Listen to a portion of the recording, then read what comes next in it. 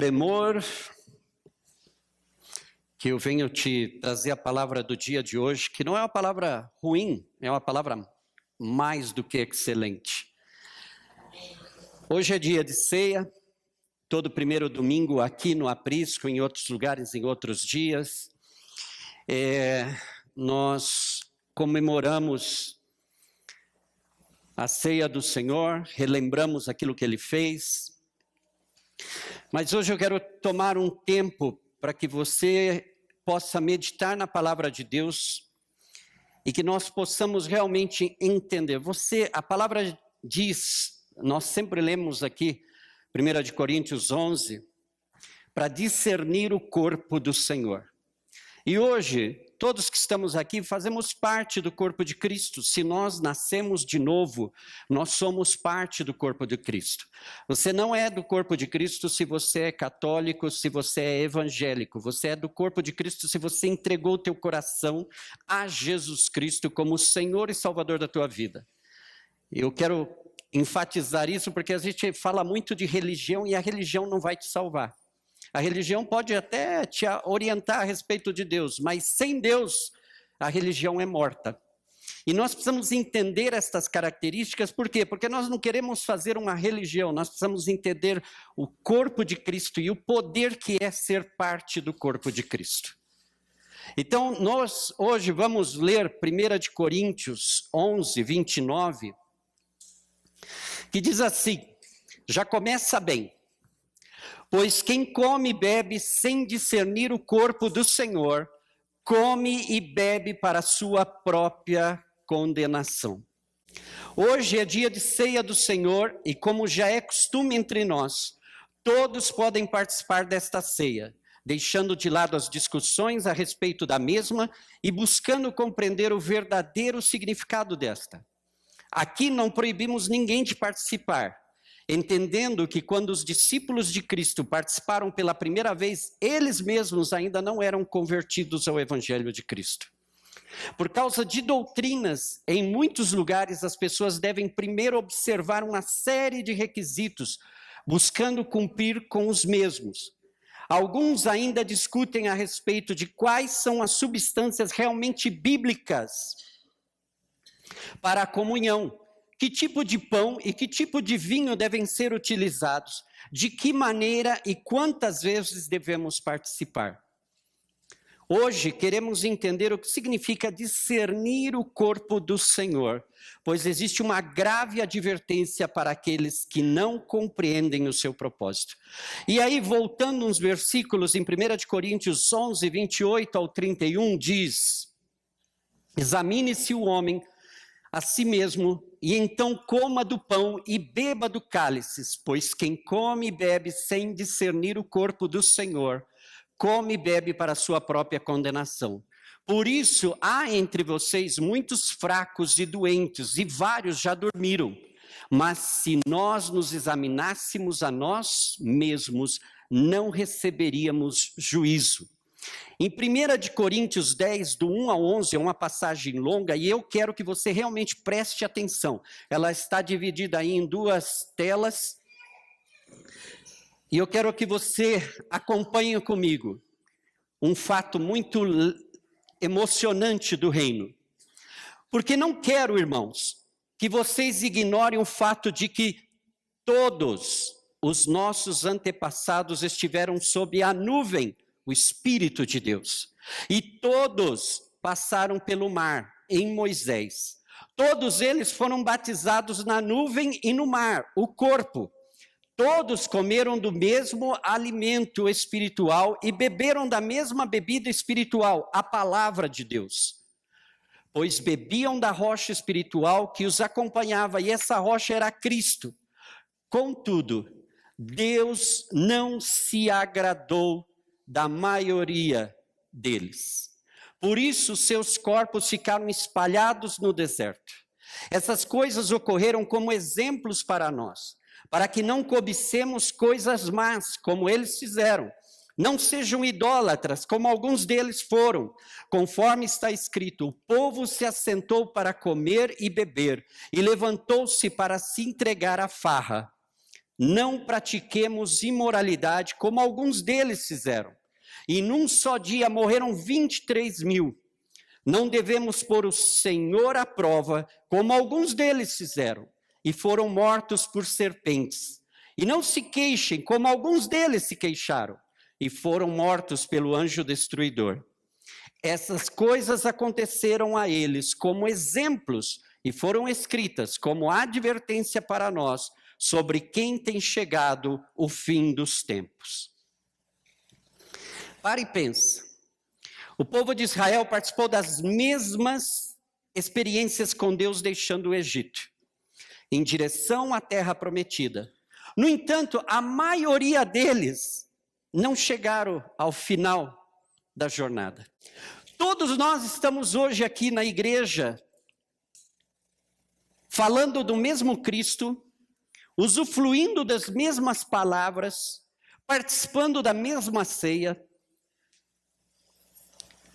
sendo batizados, tendo comunhão, mas se nós não discernimos de que nós somos um corpo, não somos vários corpos, nós perdemos a essência do porquê nos temos que juntar neste lugar. Por que nós estamos aqui nessa manhã, neste dia? Porque hoje é Santa Ceia, aí a igreja lota, porque a primeira a Santa Ceia, eu vou lá, tomo a ceia, e aí eu faço um mês de jejum de igreja, e aí na outra mês eu volto para a ceia. Não, não é esse o objetivo. Se não é o propósito. O propósito disso aqui é dizer, eu e você fazemos parte de um só corpo. E quando Deus olha para nós, não nos vê individuais. Ele não nos vê como pessoas soltas. Ele nos vê como um só corpo. Quando ele olha para a aldeia da Serra, ele não vê a igreja Aprisco, ele vê todas as igrejas que falam dele aqui na aldeia da Serra e olha e vê um só corpo. Nós, pela nossa ignorância, brigamos, discutimos, fanfarreamos sobre as religiões, sobre as outras igrejas. E hoje eu quero trazer para você uma meditação de que precisamos discernir o corpo de Cristo neste lugar. Porque nós somos os que mais estão ferindo o próprio corpo. Eu pergunto para você, você pisaria no teu próprio pé?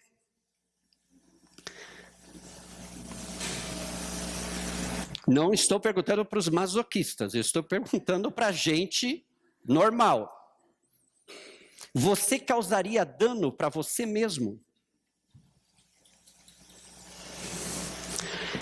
A pergunta é, será que eu não estou causando maior dano para o corpo de Cristo? Quando eu critico, quando eu vejo um irmão que caiu em pecado e condeno o irmão, ao invés de ir lá e ajudá-lo a se restabelecer.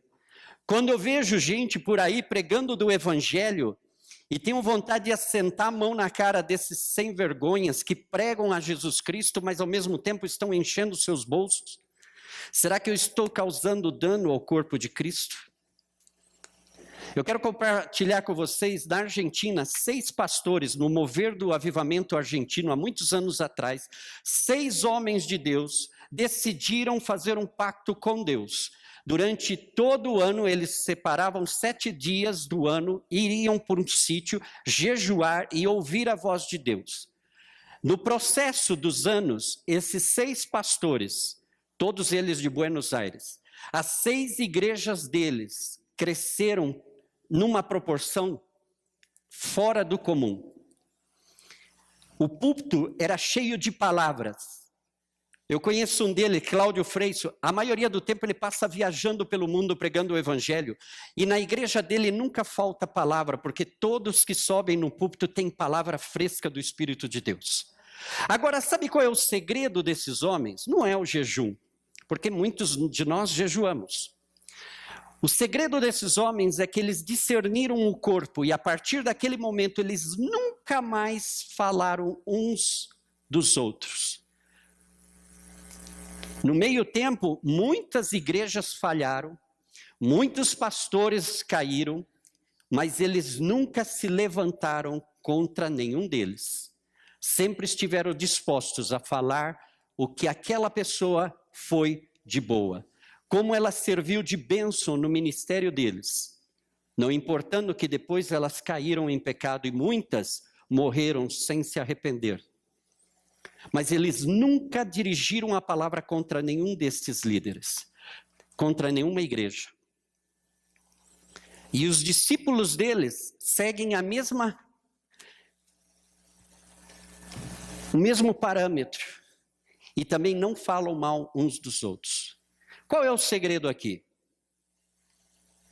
O segredo é que eles discerniram o corpo e eles sabem que quando alguém lá fora está pecando, está afetando a mim. Se alguém lá tem câncer, eu estou com câncer. É fácil detectar uma espinha no rosto e a gente faz de tudo para esconder. Mas é difícil detectar algo que está dentro, mas que afeta o corpo. Às vezes há um câncer que está comendo todo mundo. O corpo está sendo destruído por aquele câncer. Mas como ainda não foi identificado, nós perecemos. O corpo perece. Hoje no Brasil, a Igreja de Jesus Cristo tem perecido a causa de um bando de gente que fez coisas em nome de Deus e que machucaram. Muitos de vocês aqui no Aprisco estão machucados. Uns com os outros. Porque se dirigiram palavras que não tem nada a ver com edificar o corpo de Cristo. Edificar, sabe, o brasileiro acha que exortar é dar paulada nas pessoas. A Bíblia fala que exortar é levantar a pessoa, não é afundar a pessoa. Você não vai afundar as pessoas, você tem que levantar. O teu irmão tá prostrado, vai lá e estende a mão, como Jesus estende a mão para nós, todos os dias. Nós cometemos erros e aí está Jesus disposto a levantar, disposto a nos abençoar, disposto a estender a mão e continuamente Ele tem nos levantado. Sigamos os exemplos, porque Ele é o cabeça do corpo. Não importa se você é o dedinho, mas você faz parte do corpo. Quando alguém lá fora é ferido, você é do corpo, você está ferido. E nós precisamos entender essa dinâmica, por quê? Porque se nós entendemos isso, a nossa história vai mudar. Nossa história realmente vai mudar. Você vai começar a ver e olhar a igreja com outros olhos. Não olhar como uma instituição, mas como algo que vai mudar. Paulo relata 5 pecados que foram a causa de sua queda. Cobiça, desejando algo que Deus ou fora de sua provisão. Adorando ídolos, imoralidade sexual, testando a Deus e reclamando. Existem consequências para quem pratica o pecado, mas aqui necessitamos focar nesta verdade. A carta de Paulo está dirigida ao corpo de Cristo na cidade de Corinto. Não era a igreja de Corinto, era a igreja que se reunia em Corinto. O Novo Testamento, todas as cartas estavam dirigidas à igreja, o corpo de Cristo reunido naquela cidade. Eles não estavam falando, Paulo não estava mandando a carta à igreja Aprisco. Ele falava ao corpo de Cristo que se reúne lá em cima na aldeia da Serra. É diferente quando você compreende que as coisas mais simples podem passar desapercebida para nós, mas para Deus marcam muita diferença. Quando você entende que você é corpo, aí você sai ali e topa com um irmão de uma outra denominação e ele não é lá aquela pessoa legal para você. Mas ele é parte do corpo de Cristo. E se você o despreza, você despreza quem salvou a vida dele. Você está se desprezando a você mesmo. É como desprezar um parente. Ele é da tua casa, é da tua família, é do teu sangue. Você pode reclamar, ele pode ser chato. A gente tem uns parentes que são um espinho na carne. Mas eles não deixam de ser o seu parente. No aniversário, lá está ele. No Natal, Ano Novo, ali está ele. Quando você passa por alguma crise, ali está ele. Quando eles passam por crise, ali está você. Eles fazem parte do mesmo corpo. Podem ser chatos. E a gente fala isso dos outros, mas você pensou que você é um espinho para os teus familiares? Que a tua chatice, o teu perfeccionismo, a tua maneira de querer impor a tua vontade sobre todo mundo e achar que você tem a razão absoluta porque você é o certinho, você está ferindo o corpo. que você diz que ama. E sabe, nós precisamos discernir o corpo do Senhor neste dia. 1 Coríntios 10, 15 ao 17 diz assim: estou falando a pessoas sensatas, julguem vocês mesmos o que estou dizendo. Não é verdade que o cálice da bênção que abençoamos é uma participação no sangue de Cristo e que o pão que partimos é uma participação no corpo de Cristo? Por haver um único pão, nós que somos muitos, somos um só corpo, pois todos participamos de um único pão. A única pessoa que morreu e ressuscitou foi Jesus. É por ele que nós nos reunimos, é por meio dele, e é para ele que nós estamos reunidos. Não é para nosso próprio benefício, não é para receber a bênção de Deus. Nós nos reunimos porque ele é o primeiro, ele é o cabeça do corpo. E como eu faço parte deste corpo, eu devo honrar, eu devo participar. Agora vocês vão entender uma coisa que é muito curiosa na Bíblia. No livro de Josué, capítulo 6 e 7, narra a história de Israel conquistando as cidades de Jericó, unidos ao poder de Deus. Nesta ocasião, nenhum israelita ficou ferido ou morreu.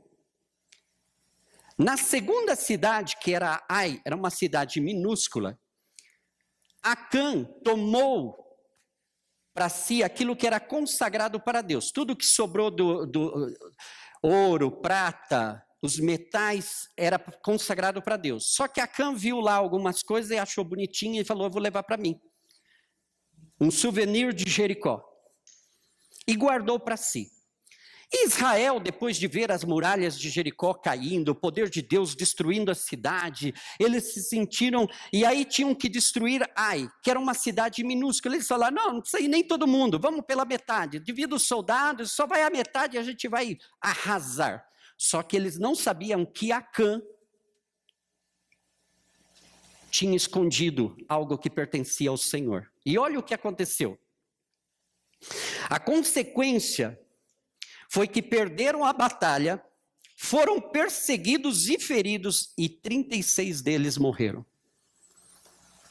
Agora o mais absurdo, olha o que Deus diz em Josué 7, 11 ao 12. Israel pecou, violaram a aliança que eu lhes ordenei. Eles se apossaram de coisas consagradas, roubaram-nas, esconderam-nas e as colocaram junto de seus bens. Por isso os israelitas não conseguem resistir aos inimigos, fogem deles porque se tornaram merecedores da sua destruição. Não estarei mais com vocês se não destruírem do meio de vocês o que foi consagrado à destruição. Curiosamente, nessa passagem, Deus não menciona Acã, senão a Israel, um corpo. Isso dá a entender, meu irmão, que se eu peco, a mão de Deus vem sobre todos nós. Se eu sou responsável pela minha família e eu cometo um erro, toda a minha família sofre. O corpo de Cristo, a igreja, é assim. Por isso, quando você vê alguém que tem o nome de líder espiritual e está fazendo coisas absurdas, ao invés de criticá-lo, comece a orar por ele. E posicione-se. Eu comecei no discipulado e agora estou participando, pondo isso para todo mundo que me faz perguntas, os famosos que adoram mandar vídeo, e a última moda em Paris. Qual é a tua atitude? O que você vai fazer a respeito disso? E a maioria não me responde mais. Por quê? Porque a maioria não está muito interessada em fazer alguma coisa a respeito. A maioria está querendo somente ser notícia, pipocar, estar nas redes sociais, fazer alguma coisa. Mas mandar notícias uns para os outros não vai mudar o Brasil. Nós precisamos nos posicionar. O que é que nós queremos fazer para ajudar o Brasil? Nós temos este mês e mais dezembro para terminar o ano. Quantos de vocês jejuaram um dia pelo Brasil? Quantos de vocês oraram uma vez por semana pelo Brasil? Quantas vezes vocês obedeceram a palavra de Deus que diz para a gente orar pelas nossas autoridades para que nós vivamos em paz? Durante um ano, quantas vezes você se posicionou diante de Deus? Mas você quer que o mundo seja transformado, aleluia. O mundo não vai ser transformado sem discernimento do corpo. Nos dias de hoje nós precisamos levantar a igreja brasileira. E quando eu falo a igreja brasileira, no Congresso tem uma bancada evangélica. Mas essa bancada evangélica precisa se converter a Jesus Cristo de coração para fazer a diferença lá. Há milhões de pessoas nas igrejas. Mas as igrejas não marcam a diferença, por quê? Porque estamos divididos. Nós nos criticamos, nós somos o pior exército da terra, sabia? A igreja é o único exército que mata os seus feridos. Isso é reconhecido, cientificamente provado, é uma estatística. A igreja é a única que mata os seus feridos. O exército americano morre para recuperar até os ossos dos seus soldados. A igreja não. Ah, o irmão está ferido, vou matar ele de uma vez, que assim ele não dá mais trabalho. Ele merece o castigo de Deus. Eu espero que a mão de Deus pese sobre ele e ele seja arrasado. Você já orou assim? Ou você já pensou assim? Você não está discernindo o corpo, porque ele é teu irmão, é teu parente. E por mais que ele seja engreído, um dia, se ele se arrepende dos seus pecados, igual que você, e lá no céu vai ser o teu vizinho, por toda uma eternidade. Por isso, trate de se reconciliar aqui, para não ter surpresas mais além. Você já parou para pensar por que muitos crentes nas igrejas de hoje estão fracos, sofrendo muitas enfermidades, famílias lutando para conseguir o sustento, e por que outros tantos estão sem trabalho? Olha a estatística bíblica. Israel esteve 40 anos no deserto e foram abastecidos em tudo. E o povo reclamava, mas o corpo era cuidado. Nos dias do rei Salomão, ninguém passava por dificuldades. Todo o reino era próspero. No livro de Atos, a igreja estava abastecida e sã. Por quê? Não faltava nada uns aos outros. Por quê? Porque todos compartilhavam do que tinham e não havia necessidade no corpo de Cristo. Olha para nós hoje. Quantas vezes você sai indignado? Você volta para casa para comer o teu arroz com feijão e olha para o teu irmão e sabe que ele vai para um big restaurante comer uma picanha. E aquilo remói você. Você não está feliz. Você não está satisfeito. Olha para nós que somos um corpo, parte do corpo de Cristo, um grupo pequenininho. Há muitos meses atrás eu falei, vocês se conhecem, vocês se visitam, vocês se relacionam. Vocês já almoçaram na casa do irmão? Já foram tomar um café na casa do irmão? Já se prestaram a ir ajudar alguém que está precisando de ajuda? Sem necessidade que alguém faça um aviso e ponha no Facebook para que se mobilize a geração. Mas você de coração fez não porque alguém te empurrou, mas porque você sentiu de Deus de ir e ajudar. Eu aprendi uma coisa com os intercessores, que é uma oração poderosa e te aconselho a orar ela. Quando eu estou mal, quando eu estou fraco, quando eu não tenho vontade de orar, a primeira coisa que eu faço é: Deus, em nome de Jesus, levanta homens e mulheres cheias do teu Espírito ao redor de toda a terra para orar por mim. Senhor, desperta os atalaias, aqueles que estão diante da tua presença, para que eles intercedam por mim. Não é brincadeira. No campo missionário nós vivemos muitas dessas experiências. Uma vez eu estava num quarto e um garoto, um adolescente, teve um pesadelo e levantou gritando no meio da noite. Eu comecei a orar no espírito por ele, porque eu não sabia se ele estava endemoniado, se era um pesadelo, o que é que ele tinha. E eu comecei a orar por ele no espírito. Só que quando eu comecei a orar por ele, eu me vi num país da África, onde o exército estava massacrando a população, e no espírito eu comecei a orar e interceder, e aquilo foi tão forte em mim, que quando eu terminei de orar, eu praticamente bambiei e fui para o chão. Foi tão impressionante aquilo, eu fiquei emocionado, mas eu não havia entendido o que era aquilo.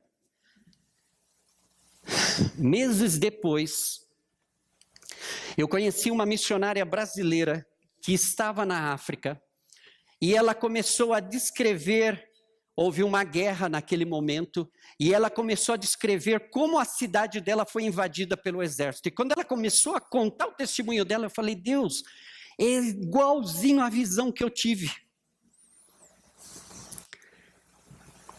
Enquanto ela estava no sufoco, Deus despertou em mim um espírito de intercessão por uma causa que eu nem sabia quem era.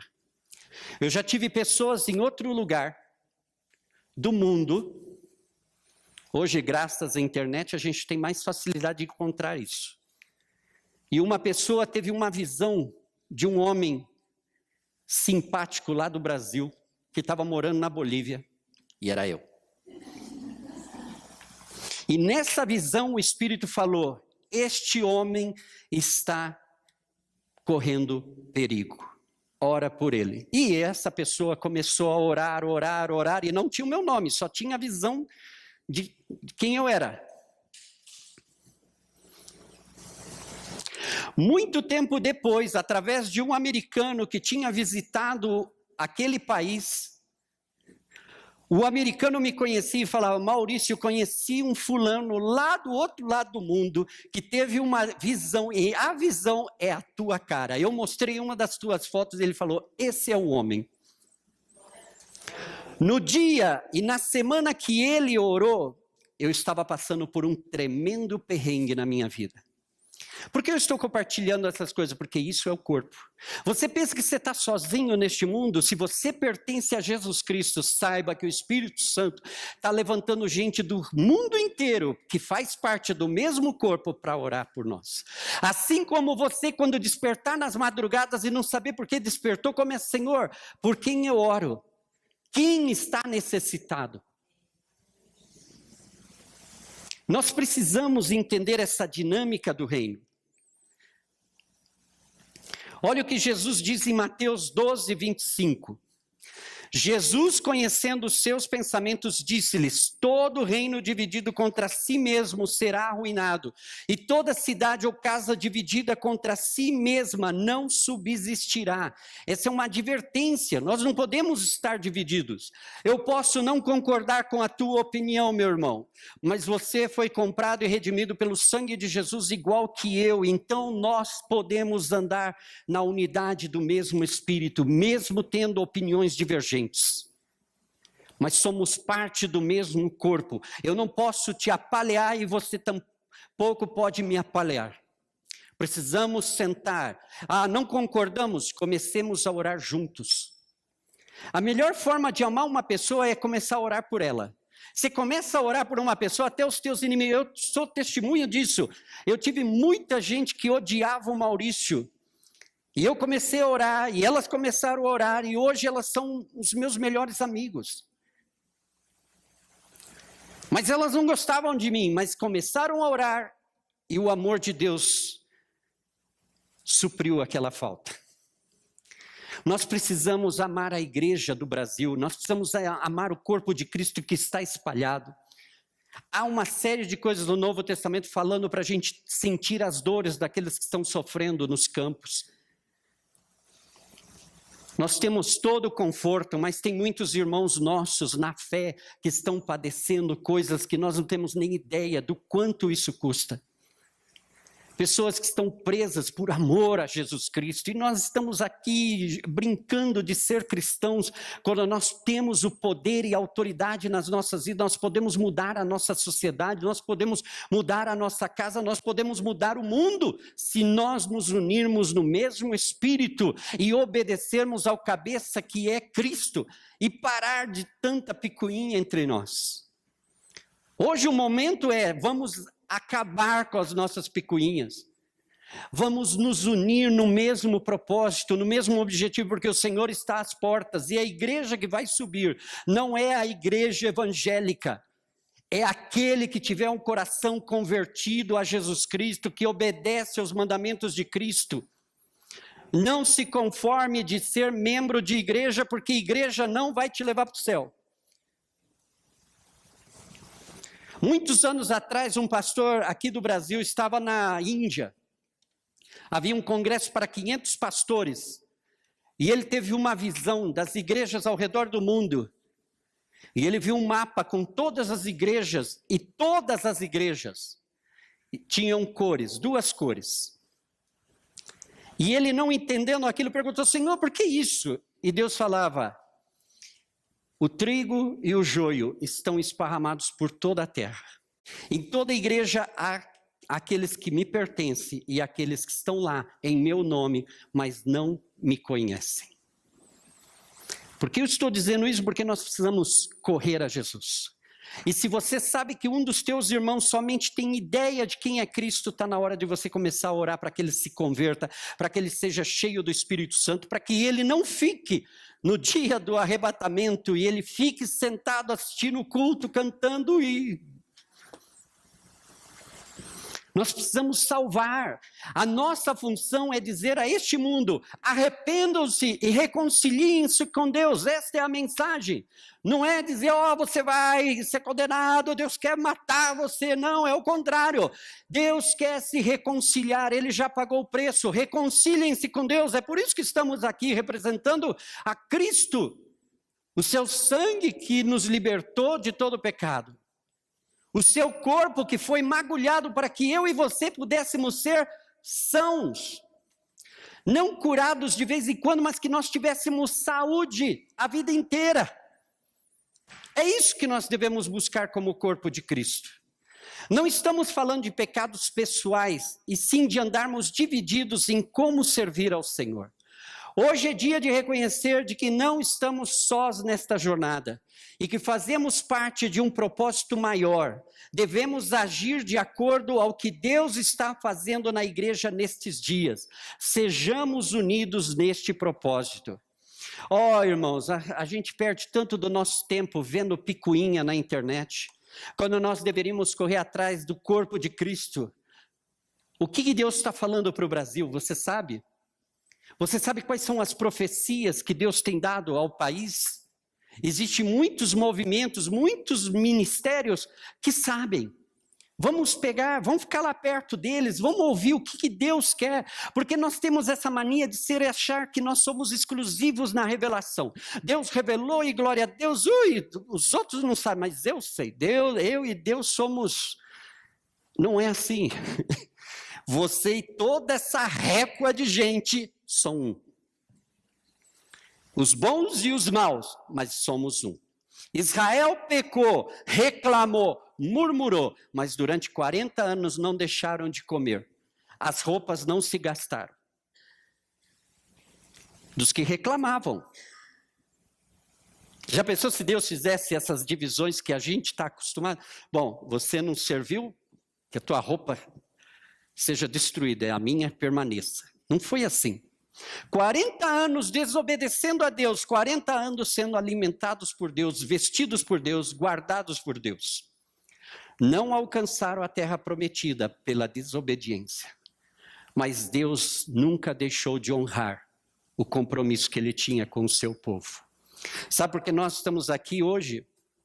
Não é porque somos bonzinhos, é porque Deus é fiel.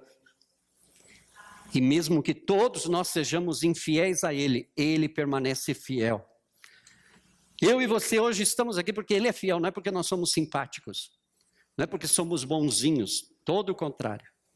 Agora, olha em João 17, 22 e 23.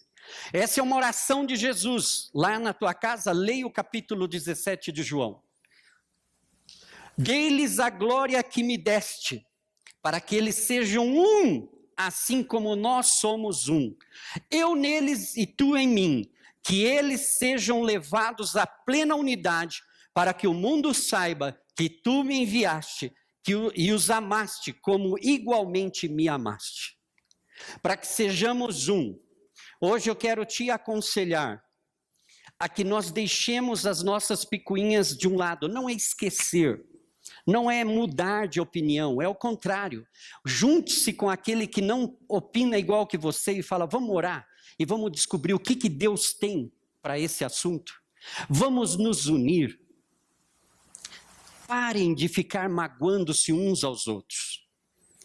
Nós precisamos encher as redes sociais de palavras de testemunho, não de condenação, não de crítica. Está na hora da gente mandar, aqui o Aprisco adora ter grupo de WhatsApp. Se eu fosse o pai da casa, posso avisar vocês de lâmpada. Eu não estou contra a internet. Eu uso muito, eu prego pelo WhatsApp. Mando mensagens pelo WhatsApp. Mas não gosta, a mim não me agrada ficar, esse blá blá blá, que não serve para nada. Não vai mudar nada na tua vida, vai criar mais picuinha, mais.